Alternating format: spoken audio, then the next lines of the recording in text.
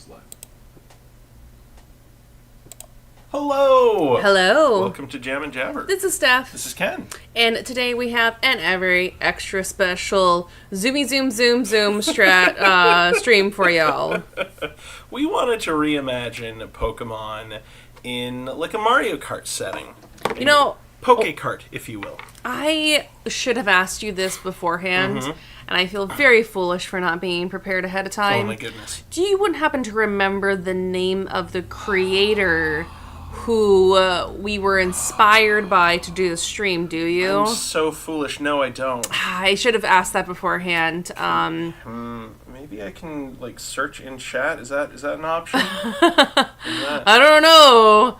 But a couple weeks ago, Ken sent me this really cool image of basically another artist who had come up with this idea first. So this isn't our original idea. We're definitely riding the coattails of other very popular, very awesome artists out there.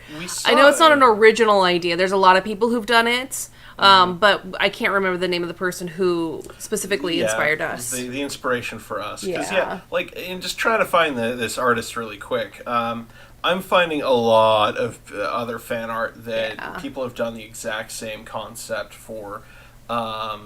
And it's tickled us, you know, in all the right ways. We enjoyed it. The stuff we found was just kind of fun, like low poly models for it. And, you know, we love the idea so much that we wanted to do our own version. I love this little picture you've drawn of us. As we were getting ready, Ken's like, I just made your cart significantly cooler by adding a Stussy to it. A Stussy for Stephanie. I'm not gonna lie, when we were in high school, I would definitely write my name with a Stussy as the S for my name. Nice. Yeah. I always drew a Stussy on its side and made like cool guy sunglasses, like Bebop from Ninja Turtles. Nice. Yeah, nice. It was great. It was really good. Good times. But today, yes, as the prompt suggests, we've got a list of 12 Pokemon that we are super excited to share with y'all for different Pokemon and how to turn them into their own little Poké-karts as if they were in a Mario Kart. Heck yeah. Our first number is number 4, whenever you are ready. Number 4. All right, let's do it. Number 4 is a fun one. It's Gyarados. We're going to start with a Gyarados? We're starting with a Gyarados. Oh, this is cool. This is cool. So, just again to a little bit more clarification, we were talking about this, and I personally, one of these days, I would love to see a Smash equivalent of a Pokemon or of the Mario Kart, meaning like how Super Smash Brothers is all of these different Nintendo IP all fighting against each other. I would love to see all a bunch of different Nintendo IPs having their own Mario Karts. Yeah. What was your first Mario Kart game, Kenji? Oh, you know, I think I played Mario Kart 64 before I ever played the SNES one, TBH. Well, I am that elder millennial as well. Mario Kart 64 was my first Mario Kart. And, man, when they talk about hand-eye coordination and muscle memory, that Rainbow Road is permanently glued into my brain and into my muscle memory. Like, I've tried playing, like, other Mario Karts, but then going back to the N64, there is a part of my brain that just remembers exactly when to hit that right bumper to do the Tokyo Drift into this right corner and to this and to that. It's permanently glued into my brain. I played so much Mario Kart with my sisters, and I kicked their ass every single time. Nice. Yeah. My sisters were mean about it. Like, when I did a promotional post, like, resharing it with my social medias, I'm like, come join us live and tell us how many relationships were destroyed by playing Mario Kart. Because that's kind of, like, the ongoing joke of, like, it destroys friendships just because people were just so awful about certain things. But I mean, like, Ken was also saying that like we've also had like both of us have fond memories playing with really fun friends. Yeah. Where it's just a fun experience, you know, when everybody's like silent and like. Yeah. Like, one of our friends always joked that they developed a claw hand because we'd play on the 3DS, and just the control scheme, the layout for that, like holding it, kind of gave him the claw. Yeah, she had the claw. Hey, welcome to the chat, Christina. Hello. So glad you're here with us. Great to have you. Thank you for joining us live. Christina adds, I'm pretty sure I played Mario Kart exactly once in my life, and I think it was on the Wii. I think I played the Wii one exactly once as well. Yeah. I definitely played the N64 one a lot. I think I played the 64, or excuse me, the 3DS one more than I played the one on the Wii. Yeah, I play the 3DS a lot with friends, and then yeah. I definitely played a lot on the Switch with people as well. I haven't played the one on the Switch, actually. Yeah, I mean, I've got it. We can play it. Maybe we did like one or two times when I first moved in like 6 years ago. Maybe, yeah. It's been a minute. But yeah, no, I mean, heck, if you want to play, I'd be down. I'd be super duper down to have like a Mario Kart night.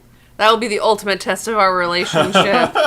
You know, they say, like, if you can make IKEA furniture together. We did survive a global pandemic together. We've built many an IKEA furniture together. And we survived COVID together. Yes. I think I would have killed my ex. I think I would have absolutely become an axe murderer and murdered him if I was still living with my ex.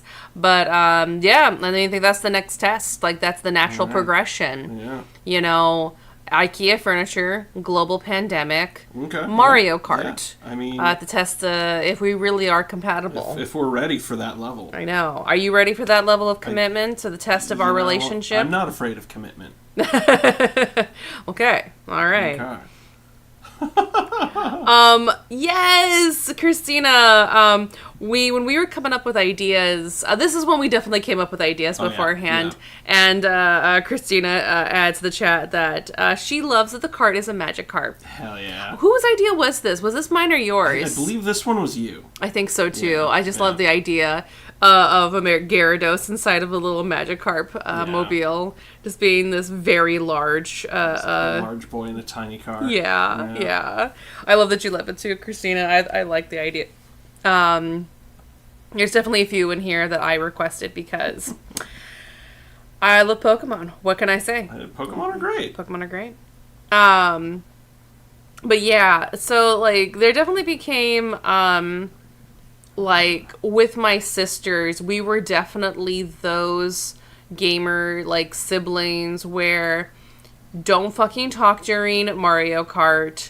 It is a free-for-all. If you can smash the buttons fast enough to get to your character before anybody else can, it's free-for-all. Yeah. The one stage, the beach. Do you remember that one? Oh, yeah. Yeah, I remember the beach. We called it Crabba Beach because the crabs, as soon as we were, rolled over, they were like, Crabba! The crabs were so awful. Oh, yeah. We'd scream, like, there'd be certain things, it'd be silent, dead silent, because we're very, very serious about what we were doing. And all of a sudden, God damn it, Crabba! I remember one of my favorite bits, and of you telling me about your Mario Kart growing up was singing Happy Birthday. God damn it, I was going to tell that story! I'm so sorry. That's okay. Well then, no, please tell it. Like, I love that story so much. I was building up. I was building up to that. No. I'm glad that you like that story, and I'm glad that that's a favorite of yours, and then I appreciate you sharing that with everyone, that you like that story. I was getting there. I was excited to tell that one. Yeah, I just couldn't want you to tell it. Not tell its story. So part of the, we would be very silent. And then, except, we would wait for the right opportunity. Because the blue shell, if you were in last place, or close to last place, and you would get a blue shell, it just became our little tradition. You wait till the right time. You wait for the right time so then they couldn't slam on the brakes and dodge it. Mm-hmm. And you would just wait right for the right moments. And then before they realize it, because the blue shell will automatically, for those who don't know, the blue shell is an item you can get as you're playing that will automatically hit whoever's in first place. And so before, like, you wait for the right moment, and then you sing, "Happy birthday to you," and then before you know, like, God damn it, and then explosions, but like they'd always the panic and trying to slam on the brakes, and you'd have to wait for the right opportunity to start singing, "Happy birthday, dear." No! I love it so much that I made a sticker of the blue shell and just had "Happy Birthday" on it for my 3DS. I remember that. Yeah, Yep, it was delightful. it was really cool. I'm like, ah. But yeah, that was something me and my sisters would always do, because again, you'd have to wait for the right moment, because if you sang it too soon, then everyone know, like, oh shit, panic, try to dodge and get out of first place, but so someone else would get the blue shell. Yeah. So you'd have to wait for the right moment to start singing "Happy Birthday," because then was the ultimate fuck you of just like dead silent. "Happy birthday." God damn, no! But yes, many of relationships were destroyed because of Mario Kart, because of shit like that, and worse. I don't know. Mario Kart is just one of those games where it is. How best to describe Mario Kart? I mean, it's fun. It's fun and it's entertaining. It's not a racing game. It's a game of just fuckery. And a game of fuckery. It really is. It's just a game. And so I would love to see a Pokemon. Again, I'd love to see a Smash version of Mario Kart, where you could have a bunch of different characters, because everyone would play Link, and just seeing Link inside of like a little Hyrule Shield car. Yeah. That would be so fucking funny. Like, I always loved playing Shy Guy. Like, that Shy Guy's my jam. You were a Shy guy. Oh, hell yeah. Can you guess who would be my original character that I always played? Crap, who did you always play? I'm trying to remember. It wasn't Peach. You didn't always go for Peach. Oh, sure was. It was? It was. Okay, I couldn't remember. I would always go for Peach. It's been so long since we've played. We need to change this. I mean, in other games when they've had more options, I've also liked who's the Star Girl? Oh, Rosalina? Yeah, I liked Rosalina as well. Just because some of her carts are cute. Oh, yeah. But in the original, well, the one that we played first, original, our original, the N64, I would always play as Peach. And then my sister, Jen, would always be Yoshi. Ah. And Susie would sometimes kind of play around with different characters between Mario or a Shy Guy. Yeah. But usually Jen was Yoshi, I was Peach, and then Susie would be like a Shy Guy. And then "Happy birthday, Yoshi." God damn it! Hey, Jans! Hello. Welcome to the chat. I love this. I love this so much. This is really good. I was really envisioning a larger Gyarados, but I actually kind of like how you did this. Because, you can't make it too big where you can't, like, see past the characters and actually be able to play. You gotta make it realistic, Exactly. I'm really feeling this. I love him and the little Magikarp cart. Yes. This is great. This is really good. Chance, since I know that you said earlier before that you didn't play too much Mario Kart, but did you ever play Mario Kart? And if you did, what was the one that you played first, and who's your main character that you loved playing? We have discovered, and same thing goes for you, Christina. I'd love to know anybody else who's watching live. What was your first Mario Kart, and who is your go-to character? I'm very pleased with the Gyarados. You know what's best about this? Yeah. He has no hands. No, he doesn't. How is he driving it? I just kind of figured like the tail wrapped around and just kind of slap the. There you go. The that wheel works. Left or right. Yeah. But I do love that. Like, make sure that he had the wheel that he's definitely probably doesn't like not actually using, but I love it. Yeah. Let's go with number one next. Number one. Yeah. Okay. Ooh, number one is a fan favorite. Mr. Mime. Oh my god, this is Ken's idea, This and I absolutely is. really loved your idea for this. I can't wait. Yeah, this is a good one. When he told me, I just died of laughter. It was really good. Got this concept in me. We got Chance in the comments saying, I honestly can't remember who I chose on the 2 times I played. Do you remember which version you played? What was your first Mario Kart experience? Oh, Christina was a Bowser. Ooh. Bowser. They say, she says, I believe I played Bowser. I always liked the big tank characters, matching my RL body type, obviously. It's quite the opposites. Yeah. Spoilers. I will not release too much personal information about Christina, but that is very fitting for your personality type. I love it. But, yeah, the N64 one, like I said, it is ingrained in my head. And I forget which game, it might have been the Switch or the 3DS one where they had the same, they had a couple of the same maps from the N64. I was like, oh fuck yes, and I still remembered it. I still remembered every cheat. I still remembered every shortcut. And I fucking killed it on all of those. I'm like, it's permanently glued into my brain. It's permanently just like grilled into my brain about how these Mario Kart levels, because I played the shit out of it with my sisters. It was between that, and we did play a lot of Smash, and we played a lot of... So, we got our N64 from Costco because we were that conservative family.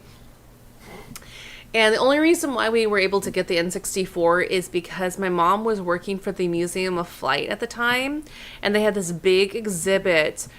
This is a real story. Yeah. They had a big exhibit for Star Wars Episode 1 Pod Racers. The Pod Racer game? The Pod Racer. They had a remake, a mock-up that somebody had made. Some nerd made a real-life mock-up of the Pod Racer, Anakin's Pod Racer, from Episode 1, and they had it on display at the fucking Museum of Flight in Seattle, Washington. What a nerd. My mom was working there at the time, and they were able to work with Nintendo USA, who's also, in the Pacific Northwest, the Seattle area. Yeah. And we're able to get a get a little setup of the N64 featuring the pod racing game for the Museum of Flights. And so we played it at this big, because it was a big fucking to-do with the big release. And it was at a time when I was like doing my hair like Sailor Moon, and my mom embarrassed me in front of a bunch of her colleagues. Oh, Stephanie's going through a phase. And, but then we got to play the N64, and that was the only reason why my mom could be convinced to buy us an N64, because of that, because of Star Wars. And so what do we get from the Costco version of our N64? Fucking pod racers. Fucking pod racers. I still have my N64. It's a black one. It still has I still have my copy of fucking Pod Racers, Episode 1 Pod Racers on that one. So we played between that one, Pod Racing, Pokemon Snap, because I would always check it out from Blockbuster. And Blockbuster, oh man, talk about fucking memory lane. We would, because at that time, Pokemon Snap had just come out. Mm-hmm. And so part of it was all the Blockbusters had these big, like, little kiosks where you could plug in your game cartridge. It would remember the pictures that you had taken, and you could get them printed. That's pretty at a fucking Blockbuster. And so, of course, we had to fucking do it. Oh, so we didn't buy the game. We would just rent it all the time. And then we would go to Blockbuster like, hey, Mom, for $5, can we please print our Pokemon? She's like, sure, of course. And so we did. And on my fridge still, to this day, is my pictures. They're like little stickers. from Pokemon Snap that me and my sister had taken. Pikachu on a stump and some Charmanders are the ones that we had. So we would go to Blockbuster all the time. And man, it's weird nowadays that you can't go and rent video games. Yeah, I mean, it's been such a long time, so it's really not that weird. But at the same time, it is kind of weird. I always just was astounded that say the Sega Channel didn't take off more, because just being able to stream video games with something like that, though I guess Steam is kind of a good corollary now to it now. But you still have to buy the games. That's true. Yeah. And then what was that one game company that was you have to accept the fact that you don't actually get to own the game if you pay for it. Oh, jeez. Yeah, some dumbass recently said that. I can't remember. And everyone's like, oh, so if we don't own it, then it's not piracy if we steal it. Yeah. Was it EA Games that said that? That sounds right. That sounds right. Oopla. Yeah. We got Chance in the chat saying the N64 one. Either the SNES or N64. I always thought that the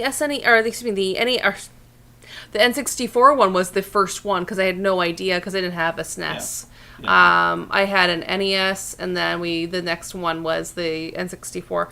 And like I said, the only reason why we got it was because my mom was a big Star Wars fan. Mm-hmm. And I love that you're Mr. Mime.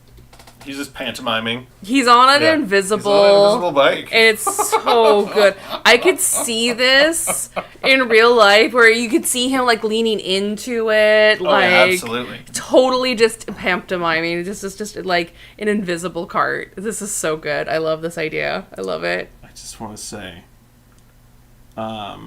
this particular Mr. Mime, he's going to be in a race with somebody else. And I think you're going to put it together here in just a second.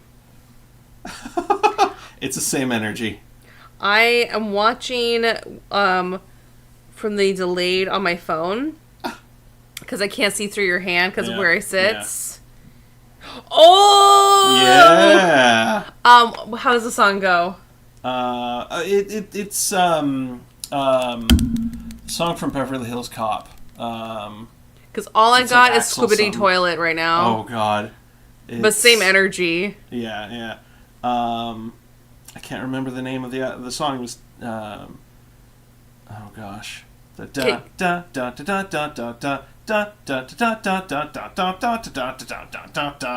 Crazy Frog! That is aging us right there. Yes, shout out to anybody else. I actually had no idea what Crazy Frog was. Oh. Before you told me, I had no idea what Crazy Frog was. Because I was not up late at night watching Comedy Central. As was into the wee hours. Text 555. Shout out to anybody else who remembers Crazy Frog, because yes, it is the same energy. That's really good. Chance remembers me not singing along to Ken doing Crazy Frog. Oh my God. Yes, I love this. This is exactly same energy.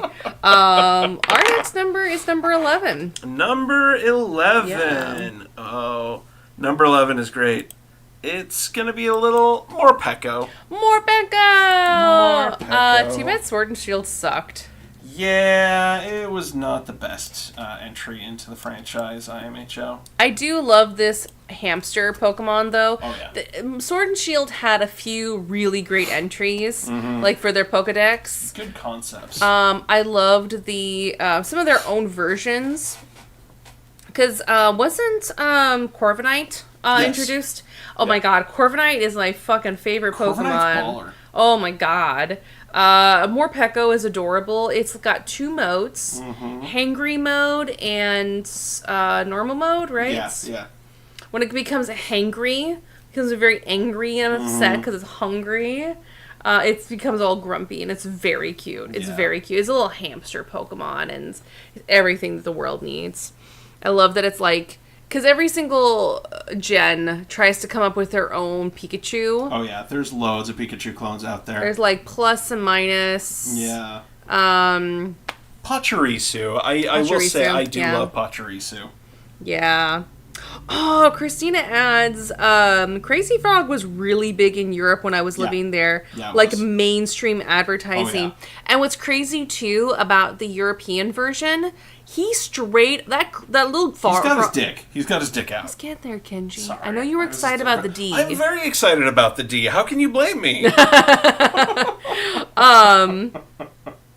Yeah. The European version, that little Crazy Frog had a big old dick, and it was flopping around while he was driving on his invisible car motorcycle thing. Yeah, it was.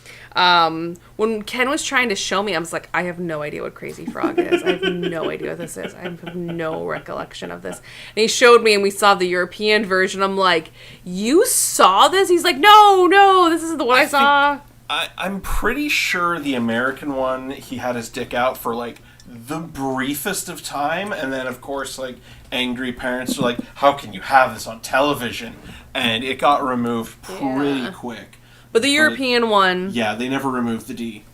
Well, in most of Europe, it doesn't have a problem with nudity and like body parts. My mom was weird about it. So again, for those who don't know, get your drinks ready. I'm second generation German. Drink! And, so I grew up with a lot of, like, weird, like, German things, as a little girl, and, my mom, though, was, like, weirdly conservative, still is, and, she would, like, we would have, like, magazines from Germany, and there was a lot of advertising where there was just full frontal nudity. Like, AMAB bodies, AFAB bodies, just all sorts of different types of bodies, and people didn't care.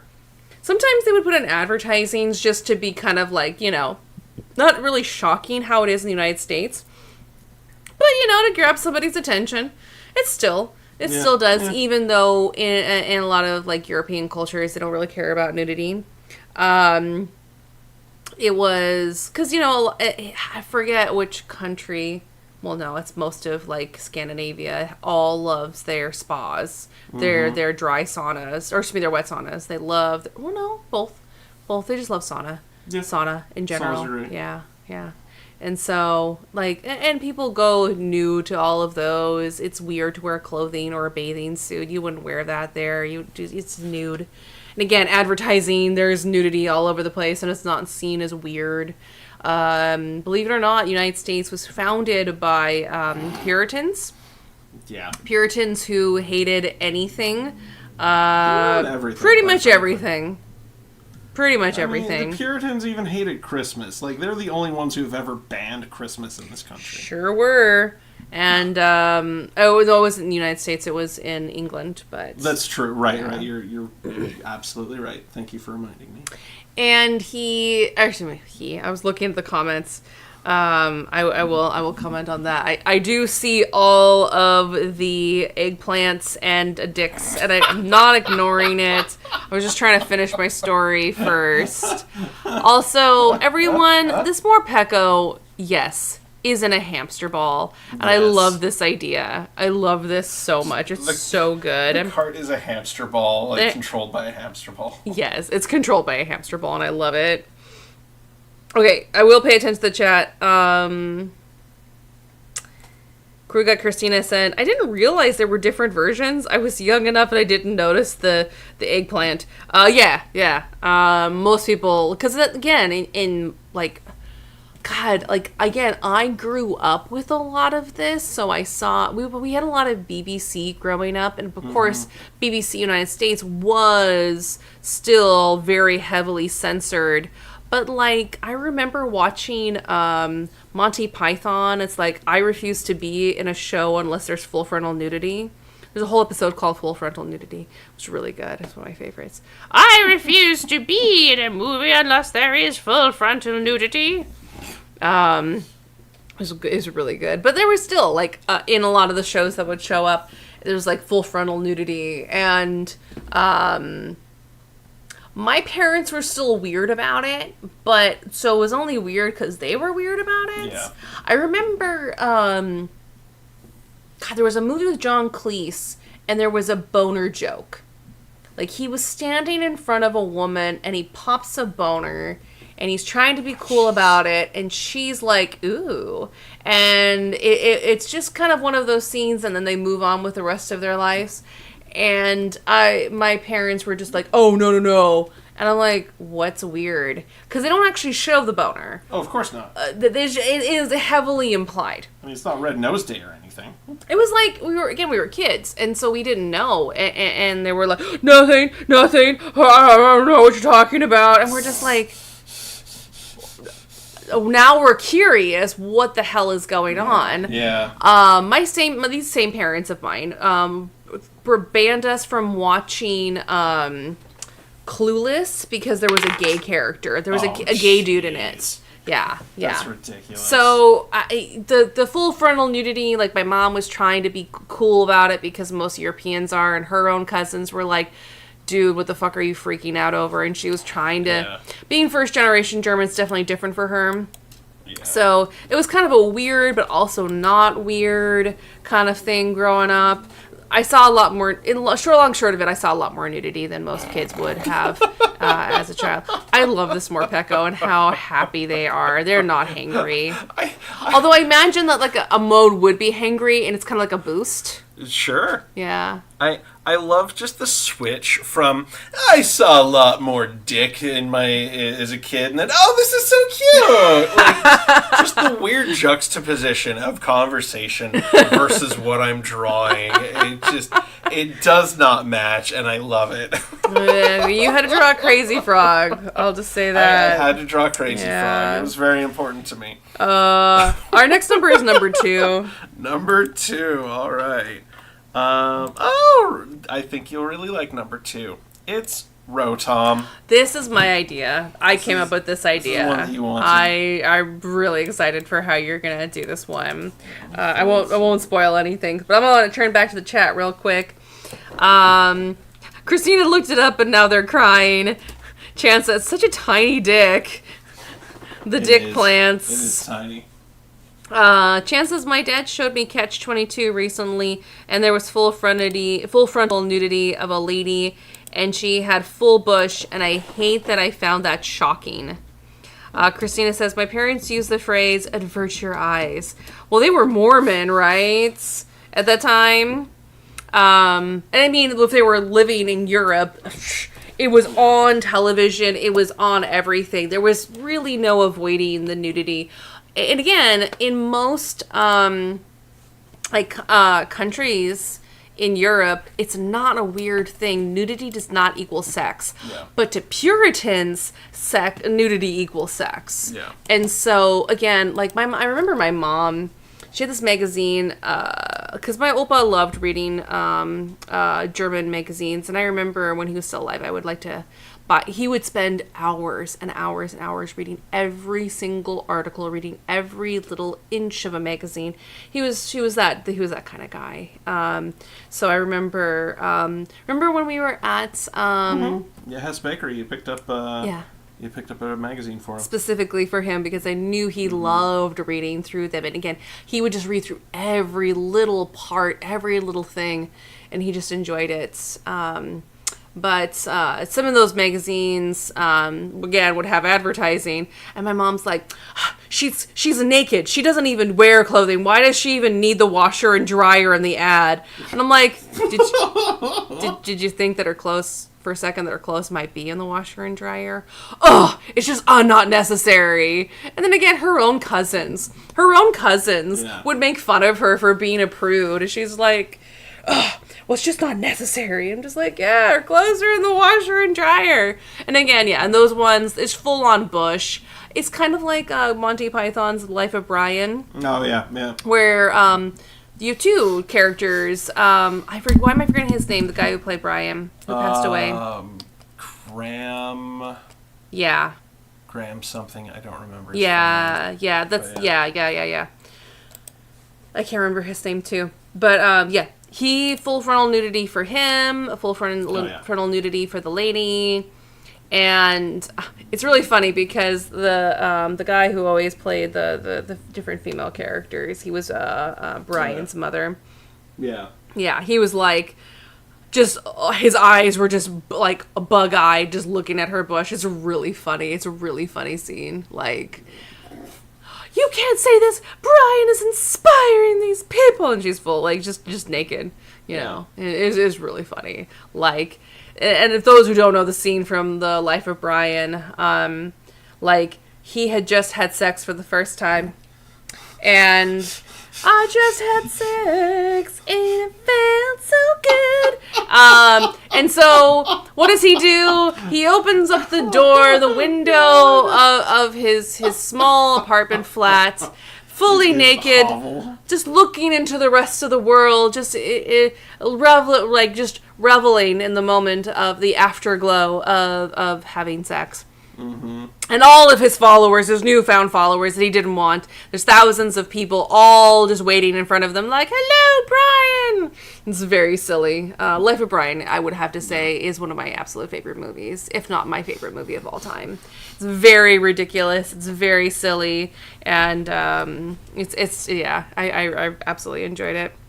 I've never seen Catch-22, though. Have you seen that one? I've not. No. I'll have to watch that one. And now that I know there's going to be some bush, I'll make sure to have my popcorn ready. Chan says, my mom was weird about sex and nudity when I was a teen, but as a kid, I was allowed to watch The Best Little Whorehouse in Texas. That's a Dolly Parton movie. Oh, I want to watch that now. From what I understand, it doesn't have like anything illicit, but I believe That's the movie where the meme of, like, what the hell was Jolene packing if this was Dolly Parton? Because I think she does walk around in lingerie in the film. Nice. But, yeah. Oh, man. Not that I've seen the movie. I've just seen memes. Dolly Parton. She is a national treasure. She's right up there with Betty White for me. Oh, hell yeah. She's right up there with Betty White. Like, absolute fucking icon. Just a fucking icon. I love Dolly. Love Dolly. Chan says she does. You also get nude ladies and nude dudes. You do? Yeah! Oh my, I didn't know that. I remember, because there are some times in some movies where the nudity is it's just there for shock value. Oh, yeah. More for American audiences. And I'm looking at you, Game of Thrones. Like, yeah, or like The one movie, Walk Hard, that was making fun of the Johnny Cash movie. Oh, I've never seen that one. They had just straight up dick, just for shock value. I love that, though. I mean, I am a bi person, so I'm a fan of all. Yeah. Like, yes. It probably more pan would be the better word, but I always joke around about, like, I like the bi flag more. Yeah. We totally bought the bi Oreos. Bi Oreos. Bi Oreos, because bi erasure is not going to erase my bi Oreos. They're not that bad. The Pop Rocks are pretty cool. Yeah. It was fun. It was a fun experience. But, I had one before stream. Yeah. Oh, did you? Yeah. Oh, is your mouth still a little poppy? No, that's kind of evened out already. So. Oh, okay.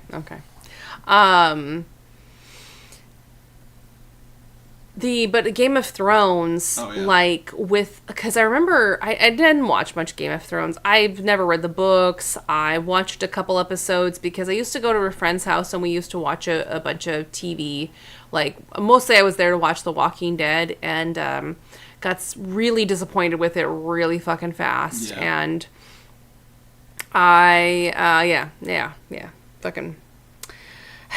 fucking Walking Dead. But my friends wanted to watch Game of Thrones because that's when episodes were coming out. It was right before Hold the Door episode. I remember watching that when it was first released, and everyone was like, it's so sad. I'm like, am I supposed to be feeling something right now? Like, yeah, it's so sad. I'm like, oh, okay. But I remember when, like, one of the episodes before, it was about, like, the face. Like, she was, like, wearing a lot of different faces. Yep. Before she was, like, adopted by that cult or whatever group. It's an assassin group, yeah. Assassin's group. She was, like, working with a bunch of playwright, like, people. and one of them, it was just like someone turned around and it was a straight old dick right in the screen, and then they just moved on. I'm just like, I mean, hell yeah. For all the times when you've had gratuitous nudity for AFAB bodies or female presenting bodies, like, hell yeah. One of my least favorite scenes of gratuitous female nudity was in the movie Alexander. Did you ever see that? No, I didn't, but I've heard lots of takedowns that just, like, trying to work with, like, Alexander, like, being historically bi himself, like, what's his bucket? Colin Farrell, and just being very lackluster in his performance to the male romantic pair. Pretty boy from Fight Club. Who's that character? Yeah, Jared Leto. Jared Leto. Renowned creep, Jared Leto. He's the love interest. Gross. He's the guy he's supposed to be in love with. I'm sorry, I know he's a pretty man, but he's so boring. Oh my fucking god. Oh my fucking god. I'm gonna get on my soapbox for a second, okay? So, one, yes, when they, like, I wasn't watching this for historical accuracy, because, like, fucking these actors, whatever. It was at a time in my life where I was drug out to a lot of movies I didn't want to see, and so this happened to be one of them. And, I'd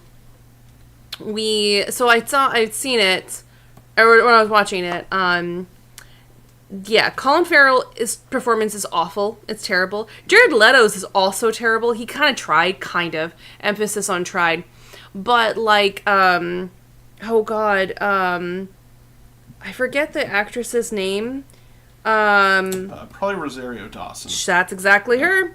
She is in exactly, like, 2 moments of it, and one of them is a gratuitous sex scene. Yeah. The whole entire time, they're trying to tell you how Colin Farrell, Alexander, and his lover are deeply in love. And it's like, they couldn't even fucking show it on screen for, like, 2 seconds. It was like, oh, I'm bound to this guy. Like, he almost acted like he was his fucking chain, like, what do they call it, ball and chain? Yeah.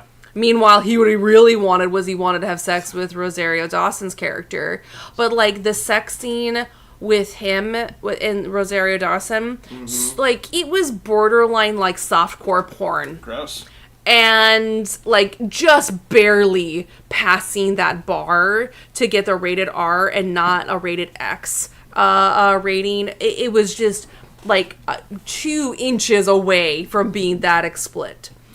Meanwhile, you're still supposed to believe that Alexander is in love with this other man. And I'm just like, fuck you. Fuck all of you. Here's, talk about bi erasure. Here you go. This is it. Right here. Yeah. And so, like, all of these instances where they could have been showing these beautiful love scenes between these 2 men, and no, it was just one sex scene. Of course, it's hetero, and it's just...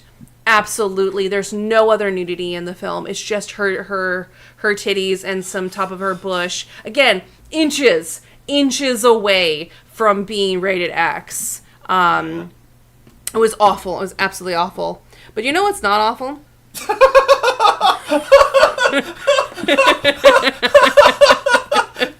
That transition was magical, quite frankly. Your jalopy of the Rotoms. I love this. just going on this very long rant, and then you know what's not awful? Oh my god. Oh, that was amazing. Oh my god. There was no easy way to transition, Kenji. I did as best as I could. I tried my best, okay? Yeah, give me a little credit for trying. Dirty this thing up. Oh my god. I told Ken all the saucy talk, and then just back to Pokemon. I'm sure Nintendo will really love us. I was telling Ken what I really wanted to see was like the Beverly Hillbilly jalopy with a bunch of Rotom on it. And I think you did a really great job creating this. Yeah, Christina picked up on Beverly Hillbillies. That's exactly what I had wanted, was just a bunch of random Rotoms on a car. Like this is beautiful. This is exactly what I wanted. Man. So thank you for this gift, Kenji. Absolutely. I'm glad that I could deliver. No, this is really good. This is really good. I am going to pay attention to the chat. I'm going to read your guys' comments, but the next number is number 8. Okay. Try my best. There's no easy, like, gay dick comments to Pokemon. You know, I tried my best. Gay dick kind of sounds like the Pokemon Torchic. Oh, no! Oh, no! You keep that away from my wholesome child. God. You keep that from my child. No, but okay, you have to admit, the evolutionary line for this, it always looks like a fucking dick. It does. Like, the middle evolution... God damn it, you're the right. The middle evolution absolutely looks like a dick. Yeah, god damn it, you're right. It does look like a dick. Alright. Well, I guess there's the transition right there. Okay, I'm gonna pay attention to chat. Chat says there's a whole number of football players that are naked. Hell yeah. They also add, it's a really actually good, very sweet movie that also pokes at the morality of conservative dickwads. Fuck yes! Make history gay again. Hell yeah! Also, Chance adds, why was Jared Leto playing so many gay characters in the 90s and 2000s? Fight Club, American Psycho, and Alexander the Great. Because, he was deemed as pretty boy in Fight Club. And after that, he was just seen as that pretty boy, which, again, in the early, like the 90s and early 2000s, in the era of, God, what was the term? South Park did a whole metrosexuals. Yes. Yeah. When you had the metrosexual and then queer eye for the straight guy, very, very negative additions and things brought to gay culture during that time. Yeah. A lot of it was, if you are gay, you need to be more effeminate, or you need to be that pretty boy. And that's why. I'm sure he wanted work, and now he gets to be Morbius and be a creep, you know, whatever. Well, then want to do a role and, like, do a stupid... method acting and then play a pedophile. I was like, no, you're a creep, dude. Yeah, fuck method actors in particular. Fuck method actors. Just drop it. Grow the fuck up. Just, no one's impressed. That's the whole point of acting, is that you don't have to be a method actor. What was it? Why am I forgetting his name? Gary Oldman. No. Oh, okay, never mind. Daniel Day-Lewis? No. Oh, okay, it was the movie like, oh, Shiza. You had shared it a little bit ago. Never Give Up, Never Surrender. Galaxy Quest. Alan Rickman. He was like, what's his face was like... Tim Allen, yeah. Tim Allen was like feeling uncomfortable about having to play, and he's like, my God, I think he figured out what acting actually is. Finally experienced acting. Yeah, and the whole idea was... I'm uncomfortable with the emotions that I'm experiencing right now. I need to go into my trailer. Like, dude... Chance got it before we did. Oh my God. Thank you, Chance, for reading our brains. Well, we had shared it with Chance as well. Yeah. Christina adds, I remember the exact moment Jared Leto went from teenage crush to creepy. It was the first time I saw him with long hair, and then he looked like a cult leader. I mean, that's his overall vibe. Yeah. Chance. You got a baby underneath. Oh, hello, tiny baby Bee cat. has decided to join our stream. Meow meow. For those who want to know. Chance says, oh my God, I kept forgetting about metrosexual. I was deeply fascinated with it. I got called metrosexual a lot as a young man. Really? I didn't understand it because I don't even like the bus. Did you really get called that, or? A little bit, yeah. It was that weird insult to say stop acting feminine. Yeah. Which at that time was, if you like cared about how you looked, like if you actually used grooming products, like giving a damn about your appearance was somehow negative. Brushed your hair or brushed your teeth, you were then a metrosexual. That's so dumb. Isn't that disgusting? That is really dumb. Like, man, they were like, no, you can't raise that bar for me to actually be like a decent human being. How dare you? I'm going to insult you in what will only ways that would insult me. And because I am terrified of the ways that of a man treated me, like how I would want to treat a woman. Yeah, Christina, metrosexual is when you're into trains. Yeah, ew, clean men. Ew. I mean, I guess it depends what kind of train you're into. Ooh. Chance started wheezing at your metrosexual joke. Yes. Good. Is it egg-cellent? It's an excellent car. This is a very egg-cellent. I don't mean to egg on this joke. Or to yoke it for nothing. Egg! Yes, Chance, egg. Egg. The poor chick's riding a little deviled egg. egg, yeah. Just a little deviled little egg. deviled It was egg. very cute. Very cute. Very wholesome. I love that, like, the concept, like, everything we're drawing, you're drawing, it's just been wholesome and adorable, and we're like dicks. Dicks. All the dicks. I know, right? Just dicks and sex scenes. I was thinking about that too. And just the juxtaposition of like conversation, like, this is a great show. I mean, We're very clear that this is not like a kid's show. Yeah. Christina adds, I didn't make that other train connection. Chan says, cute little dicks. Ooh, just cute widow dicks. Just the cute widow dicks. Since we're on that train, I was telling Ken a long time ago, or no, it wasn't too long ago actually. Like, or maybe I wasn't. I don't remember. We'll see. I don't know. What is time? If this sounds familiar to you, you have to tell me. Yeah.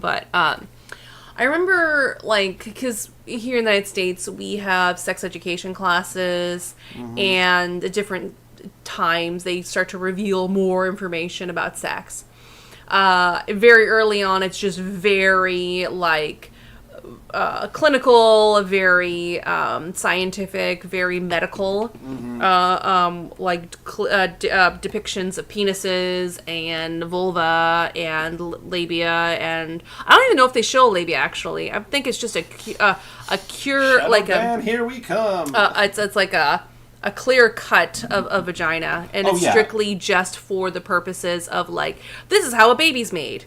Yeah, like it was always a little horrifying to see like the bisected dick in the health books. Oh, I imagine. Yeah, I can only imagine. Yeah, it's like, oh no, this makes me feel just a little uncomfortable. Like, I don't want that to happen to me. But they would never show like what an erect penis looks like. They would never show no, it was always labia. flaccid. It was flaccid. It was just a cut in half, just strictly what you would see in a doctor's office kind of depiction. But as you'd get older, they would kind of start to show a little bit more.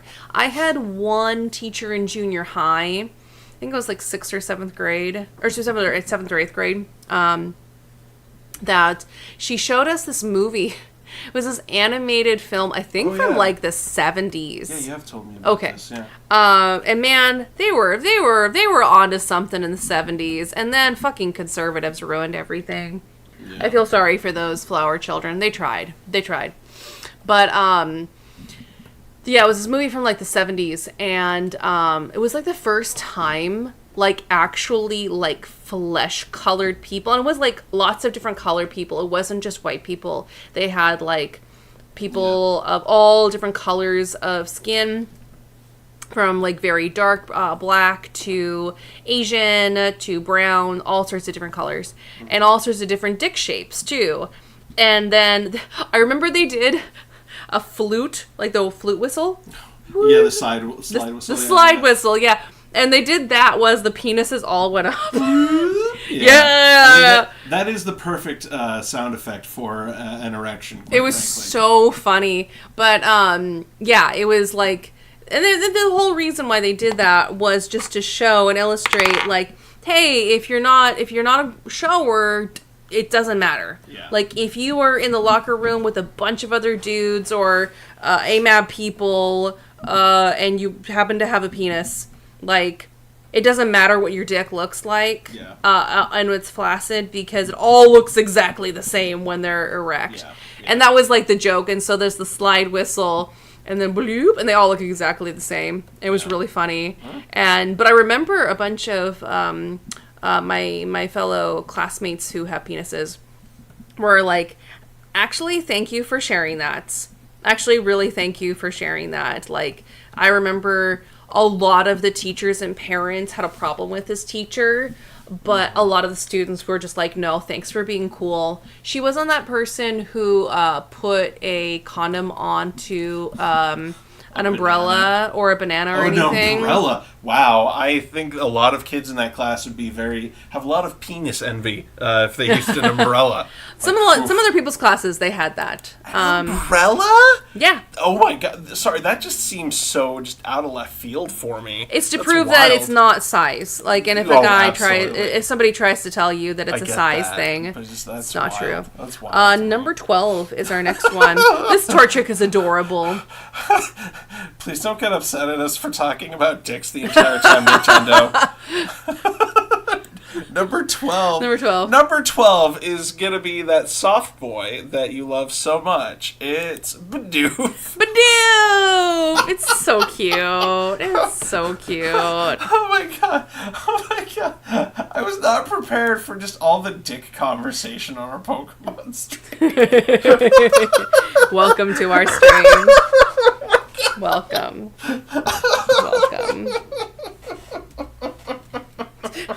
Oh my god, I'm just listening to read all the... Christina... I'm so broken right now. Christina adds, you'd be flaccid too if you were cut in half. Oh, yeah, that's fair. I mean, there's no blood flow at that point, that's for sure. Oh my god. Christina also adds, do you remember the scene in The Simpsons with Fuzzy Bunny and Mr. Crabapple going... Mrs. Crabapple? Crabapple, that's how you say it, right? Oh, yeah. Going, she's faking it. What? I don't. I actually didn't watch too much Simpsons. My Mormon parents didn't let me watch Simpsons because they felt Bart undermined the father's authority in the home, which was bullshit, quite frankly. He's the priesthood holder, though. If you want your dad to be respected in the home, how about you don't neglect your children? How about that, huh? He's the priesthood holder. He gets to do whatever the fuck he wants. That's not how that works. Religion says he can do whatever the fuck he wants. I hate religion. No, I don't know that scene. I'm so sorry, Christina. Christina also had soft boy while we're talking about dicks. Yeah, exactly. That's exactly why I phrased it that way. Mm-hmm. But you'll all be surprised by what his cart looks like. Because Ken already had come up with this idea ahead of time. 15 ways Bidoof may surprise you in the bedroom. Oh god. Number 15 will absolutely shock you. Make sure to look at all of our ads. Christina said, my parents were bad Mormons because Simpsons was our favorite show. You know what's funny is my parents didn't give a shit about my brother and I watching Futurama. It was just like, it goes to show you that they didn't pay attention to friggin' anything, quite frankly. Because, like, yeah, it's all Matt Groening. Like, it's all the same art style, so whatever. Which you should go back and watch one of our other previous streams. We did a Pokemon crossed with Matt Groening. We sure did.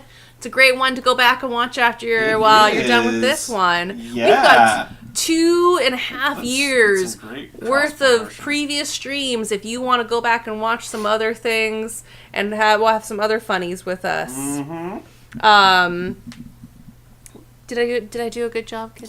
That was beautiful cross promotion. I just want to say thanks. Mm-hmm.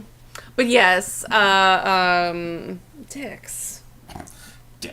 Let's get some dicks. All I really want are dicks. Do in the morning. There's the restaurant. Dicks, we could go get some burgers. I could go for some dicks right now. Yeah, so there's a Seattle chain called Dick's, and it's actually really fucking good. It's one of my favorite places.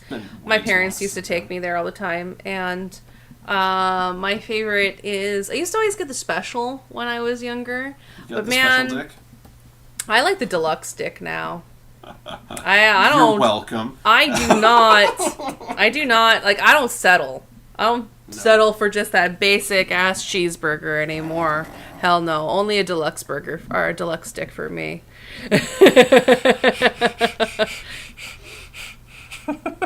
But yeah. So that was fun, you know, like growing up with that. I remember that was like one of the few times, like in sex ed, where they actually were willing to teach us something. Yeah. The first time I touched a dick, it scared me. I think I've told you the story. You have, yeah. Yeah, like he was like a high school boyfriend, and everyone's had those kinds of dumb relationships in high school. But I remember because I was the token elf/fairy person, he was the token werewolf. Like for real. My God. Not werewolf, but vampire. Twilight? Steph, are you Twilight? Everyone wishes that they could have had my Twilight experience. My Twilight romance. He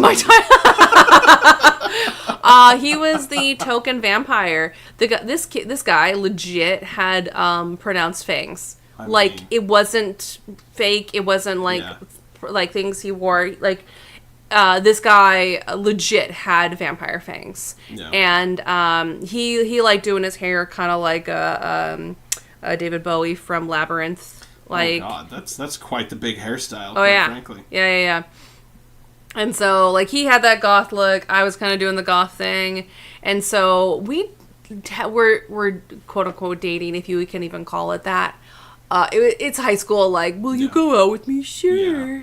And we smooched a couple of times, but that was pretty much it. And then I touched his dick once. But, like, it was...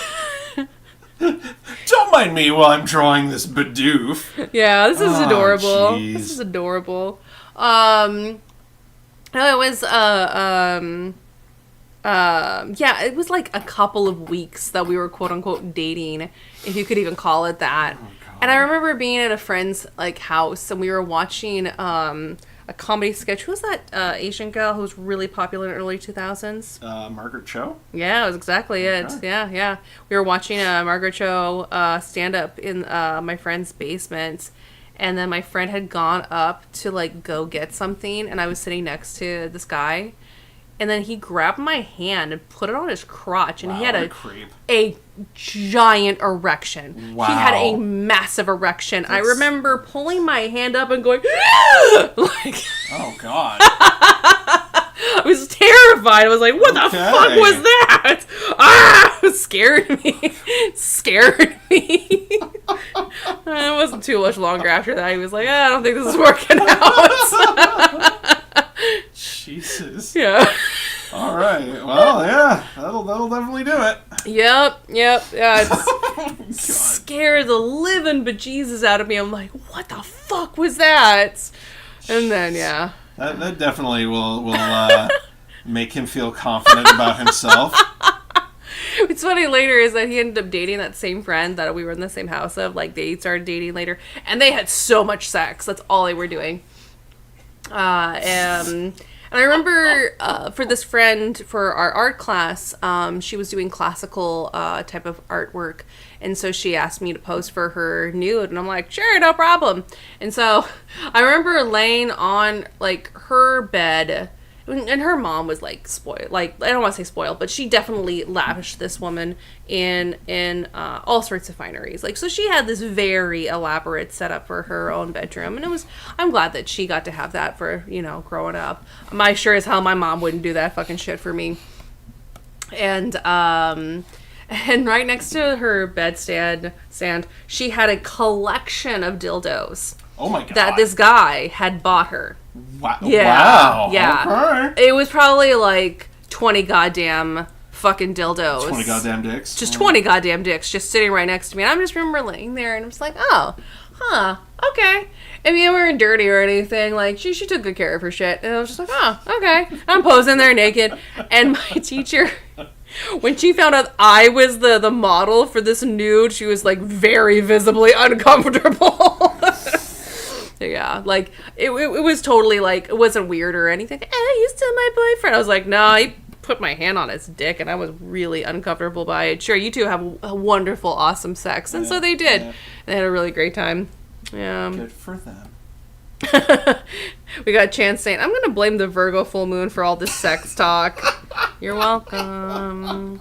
Some Stephanie lore about, the first time I touched a D and it scared me. I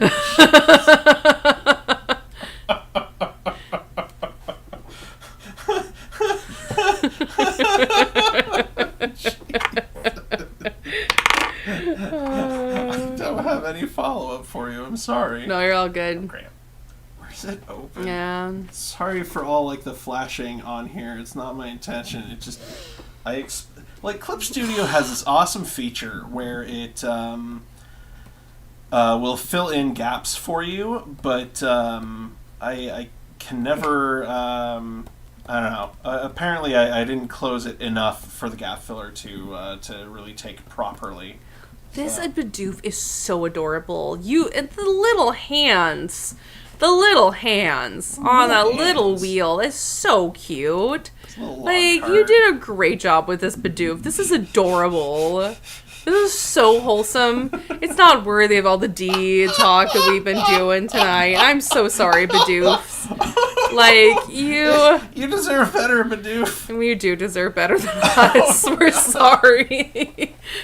Oh, but it's so cute. God. Although Chance is now asking for Kenji's turn for his own dick story. Oh, my own. The first time I touched it, I don't remember. I mean, You had your own penis to touch? Yeah, exactly. Yeah. It's not like it was special. It's just gotta pee, Yeah. That was my story of my first touching dick. Was just, gotta pee. Have you ever touched another dude's D? I don't think I have. No, I don't think I have. Have you ever seen another dude's D, but not like in pornography? Like a real life D? Yeah, I mean, I was in locker rooms. Okay. I've seen other dudes' Ds. What was do you remember, being nervous or anything, seeing another dude's D in the locker room? I just remember being surprised, but just kind of whatever. Because, in the locker room, we wouldn't get fully naked. In my own high school experience and junior high experience. Oh, there were dudes that would, shower after, PE in my school. So well, in high school, when I did water aerobics, yes, we would get fully naked. Mm-hmm. And, there's a funny story, actually, with that. Welcome to our comedy show. We're talking about dicks for a really long time. Oh, I was going to talk about some titties for a second. Titties? I was going to talk about some titties. Bidoof, you're so cute. The little hands. Just the little hands are so adorable. Those little teeth. Jeez. Those puffy cheeks. Steph's asking the hard-hitting questions. Do we do number 8? Number 8. I love this Bidoof. Yes, this is probably my done favorite. Number 8. Keeps wanting to do number 8 on this day. Did we done number 10? Number 10? No, we've not. Okay. Number 10 is another Pokemon who doesn't deserve the D-talk. It's Loudred. Yeah, I actually really love this idea. Ken came up with the idea for this one. Oh, God. I really love this idea that you have for Loudred. Oh, my God. So, we've got Christina. For some reason, I was expecting the next question to be, which of these RLDs were your favorites? Do you have a favorite RLD that you saw? Real life take. Yeah. I don't remember. I'm sorry. That doesn't Was really there answer your question. Yeah. I mean, all dicks are a little bit funny looking. Yeah. Was there a dick that made you want to laugh because their dick looked just a little weird? I don't remember, to be perfectly honest. In this moment. High school was 20 years ago. Oh, God. No. In this moment, is there a type of dick that makes you giggle? No, there's one that kind of freaked me out, though. I will. What? So this, I never saw this IRL. This was something that I saw on censored on TV, and then I was very curious, so I looked it up. Because there was back in the early 2000s, there was the show Tosh Point Oh. I don't remember that one. It was basically like E's Hollywood Soup, but Comedy Central did it. Oh, And they had the comedian Daniel Tosh hosting back when he used to be funny. Hot take. Ew. I've kind of, my taste has grown away from Daniel Tosh, IMHO. So he had interviewed this guy who was kind of like this viral sensation because this dude got a lot of notoriety because he was injecting silicone into his member. This. And I was very curious because they only showed like the censor because I mean he's like, yeah, I'd love to see it, you know, can you show me in like the video interview that they had, and he's like, sure. I mean, that's why he did it, and just I looked up the uncensored for it later, and his bit straight up looked like a gooey duck. Oh. Yeah. It was not pleasant. That makes you laugh? No, I didn't say I was laughing at it. It freaked me out. That's right. You did say that. I was asking though. Yeah, if there's one that makes you giggle. There was. Yeah. Is there a dick that does make you giggle? Not really, and that's why I kind of changed it to one that freaked me out for the story for it, because like this is the only reaction that I can really think of that is like, because I can't remember if there were any that like I was particularly thought hysterical. Yeah, I had an ex who bought me one. What's his face? The guy who looks like Mario.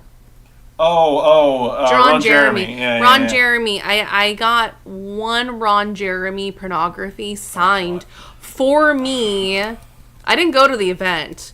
This ex had asked for Ron Jeremy to sign for this pornography. It was like supposed to be like an Indiana Jones equivalent. Oh yeah. San Fernando Jones and the Temple of Poon. That's exactly it. Yep, and I got a signed copy of it. Believe it or not, I left it with my ex. Okay, I just want to clarify. I only know that because I would listen to Loveline in high school, and they would talk and joke about that movie all the time. And because it was just the dumbest porn name at the time, that's the only reason I've never seen any of Ron Jeremy's stuff. Speaking of, though, something that freaks me out a little bit. Another freak out moment for me. I saw this like interview that Carrot Top was giving.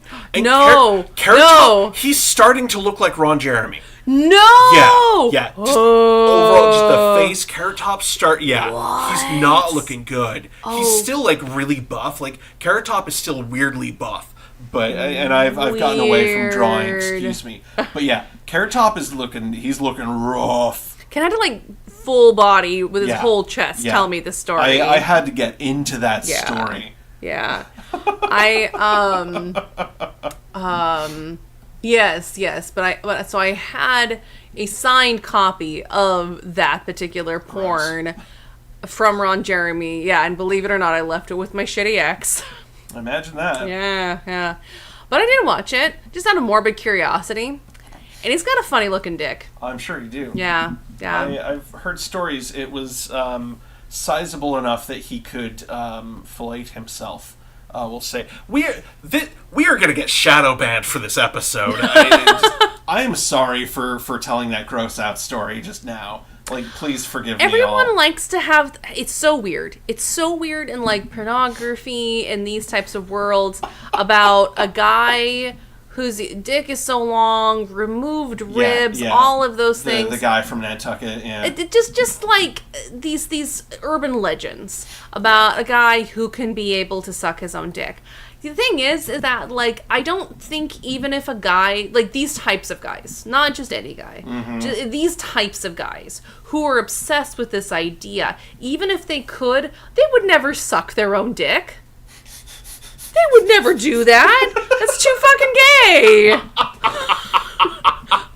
That's true. You still got a dick in your mouth. Like, you still got a dick.